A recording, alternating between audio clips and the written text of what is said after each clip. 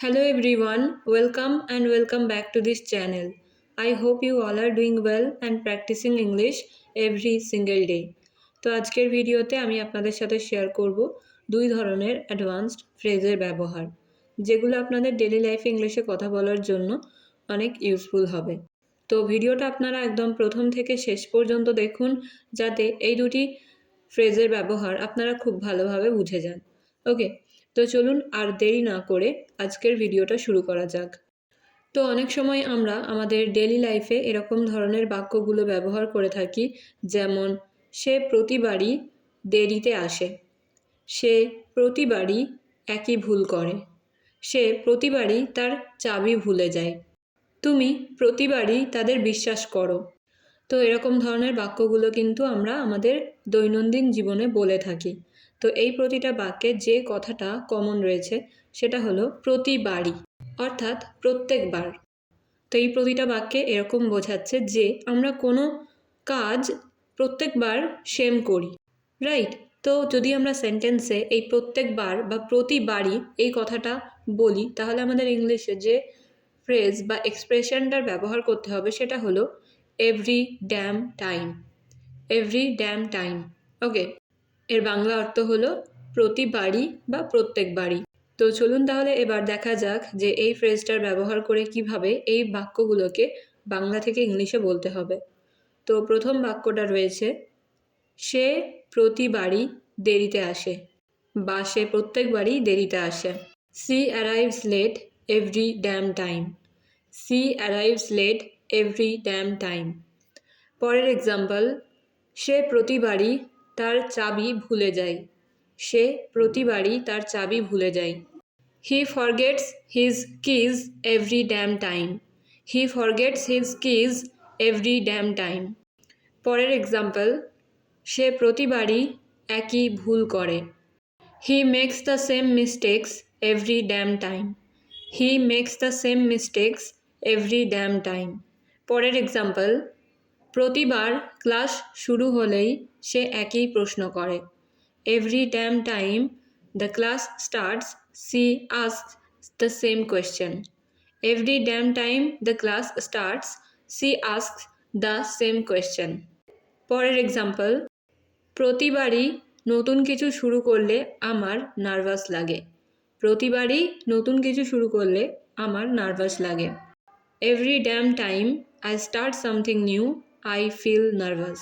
Every damn time I start something new, I feel nervous. One more example. প্রতিবারই বৃষ্টি হলেই internet কাজ করা বন্ধ করে দেয়, প্রতিবারই বৃষ্টি হলে ইন্টারনেট কাজ করা বন্ধ করে দেয়। Every damn time it rains, the internet stops working. Every damn time it rains, the internet stops working. তো আশা করছি আপনারা বুঝতে পারলেন যে এই ফ্রেজটার ব্যবহার করে কিভাবে আপনারা এই টাইপের বাক্যগুলোকে বাংলা থেকে ইংলিশে বলবেন, রাইট? তো এবার এই ফ্রেজটার ব্যবহার করে একটা বাক্যের ইংরেজি আপনাদের প্র্যাকটিসের জন্য রইল। তো বাক্যটা হলো, তুমি প্রতিবারই তাদের বিশ্বাস করো। তুমি প্রতিবারই তাদের বিশ্বাস করো। তো এই বাক্যটা আপনারা ইংলিশে কিভাবে বলবেন সেটা কমেন্টে লিখে জানান। তো এটা ছিল প্রথম ফ্রেজের ব্যবহার। এবার আমরা দেখব পরের ফ্রেজের ব্যবহার।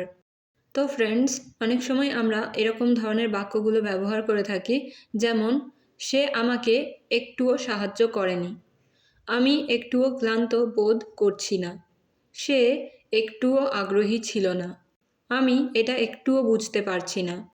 তো এই প্রতিটা বাক্যে যে কথাটা কমন রয়েছে সেটা হলো একটুও। একটুও এই কথাটা কমন রয়েছে, রাইট? তো এই কথাটা যদি আমরা ইংলিশে সেন্টেন্সে বলি, তাহলে আমাদের ইংলিশে যে ফ্রেজটার ব্যবহার করতে হবে সেটা হলো even a tiny bit. Even a tiny bit, অর্থাৎ একটুও, বা বলা যায় সামান্য পরিমাণেও। তো চলুন তাহলে এবার এই ফ্রেজটার ব্যবহার করে দেখা যাক যে এই বাক্যগুলোকে কিভাবে বাংলা থেকে ইংলিশে বলতে হবে।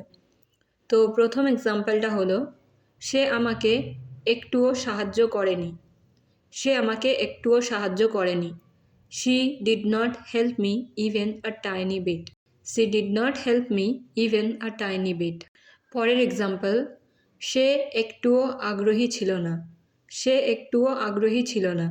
হি was not interested even a tiny bit. He was not interested even a tiny bit. Okay, পরের এক্সাম্পল, আমি একটুও ক্লান্ত বোধ করছি না। I don't feel tired even a tiny bit. I don't feel tired even a tiny bit.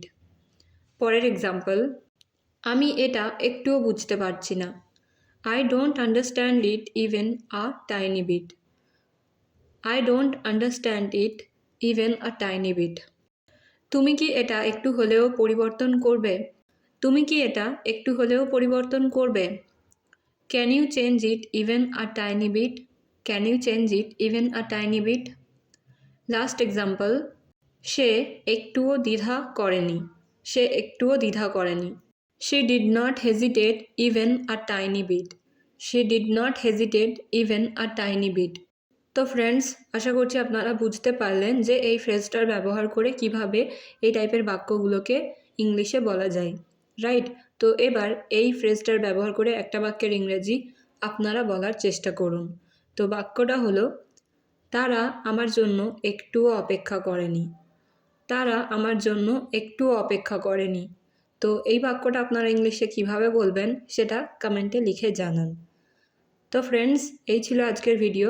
আশা করছি আজকের ভিডিওটাও আপনাদের জন্য ইউজফুল হবে।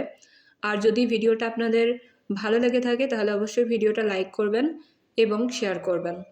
আর যদি আপনারা আমার হোয়াটসঅ্যাপ চ্যানেল আর ইনস্টাগ্রাম পেজে অ্যাড হতে চান তাহলে এই চ্যানেলের ডেসক্রিপশানে অলরেডি লিংক দেওয়া আছে, সেখান থেকে আপনারা আমার ইনস্টাগ্রাম আর হোয়াটসঅ্যাপ চ্যানেলটাতে জয়েন হতে পারেন। So yeah, that's all for today. See you in the next video. Till then, stay happy and keep learning. And thank you so much for being here.